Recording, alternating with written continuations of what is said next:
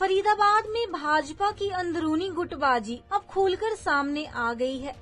Sector 12 स्थित town park में बनी अटल बिहारी वाजपेयी लाइब्रेरी का एक ही दिन में 2 बार उद्घाटन कर दिया गया। पहले राज्यसभा सांसद सुरेंद्र नागर के साथ हरियाणा सरकार के मंत्री विपुल गोयल और राज्य मंत्री ने रिबन काट कर लाइब्रेरी का उद्घाटन किया।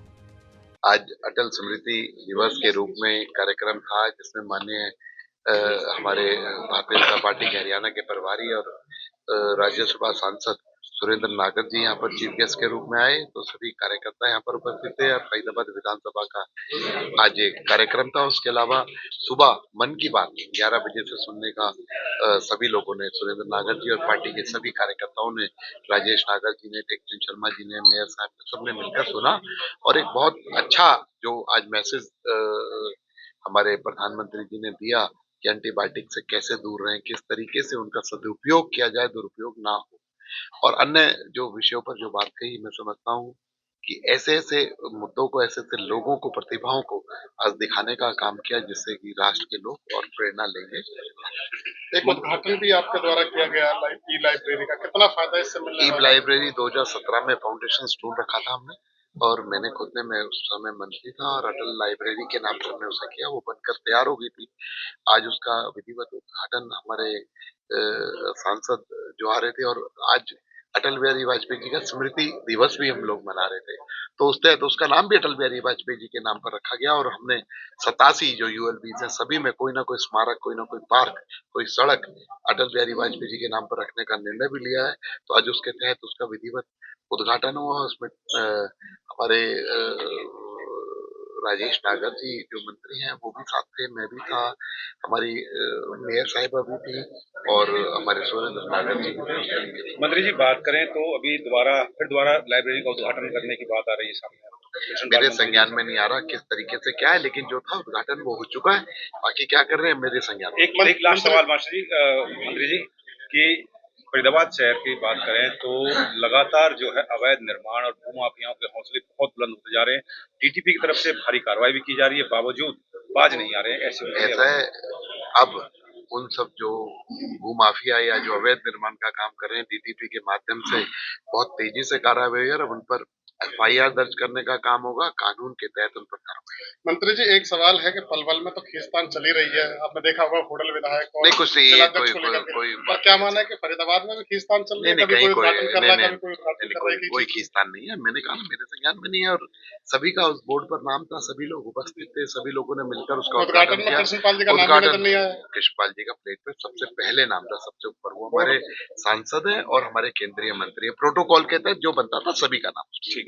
करीब 2.5 घंटे बाद केंद्रीय राज्य मंत्री कृष्णपाल गुर्जर ने अपने विधायकों और समर्थकों के साथ मौके पर पहुंचकर उसी लाइब्रेरी का दोबारा रिबन काटकर उद्घाटन कर दिया।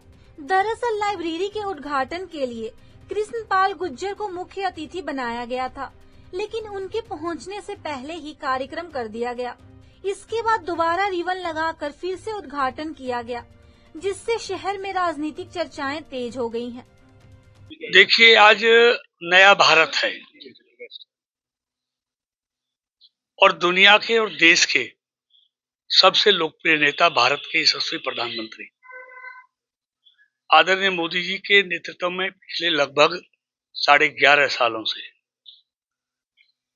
देश का जो डिजिटलीकरण किया गया है, जो भ्रष्टाचार पर एक बहुत बड़ी चोट है, और उस नए भारत में बच्चों के पढ़ने की लाइब्रेरी भी डिजिटल भी हो और किताबों के द्वारा भी हो, ये आज की नए भारत की जरूरत है। दुनिया बहुत तेजी से बदल रही है। अगर दुनिया से मुकाबला करना है तो हमको उन्हीं तौर तरीकों से पर आगे बढ़ना होगा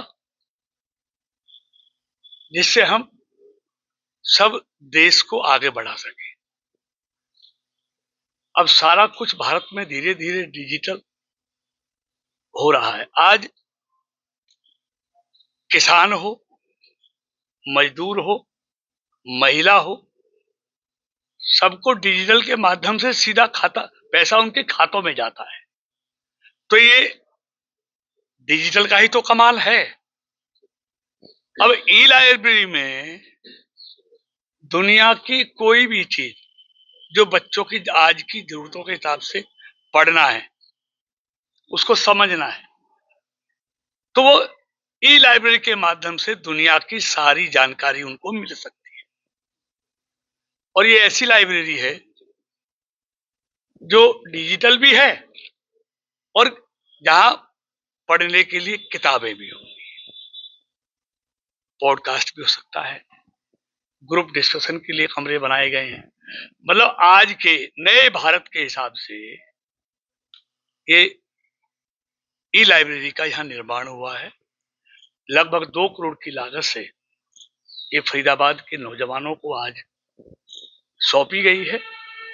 यहाँ पर वो हर जानकारी, दुनिया की जो भी जानकारी उनको चाहिए, ई लाइब्रेरी के माध्यम से उनको उपलब्ध हो। दोनों गुट एक दूसरे से आगे निकलने की होड़ में नजर आए।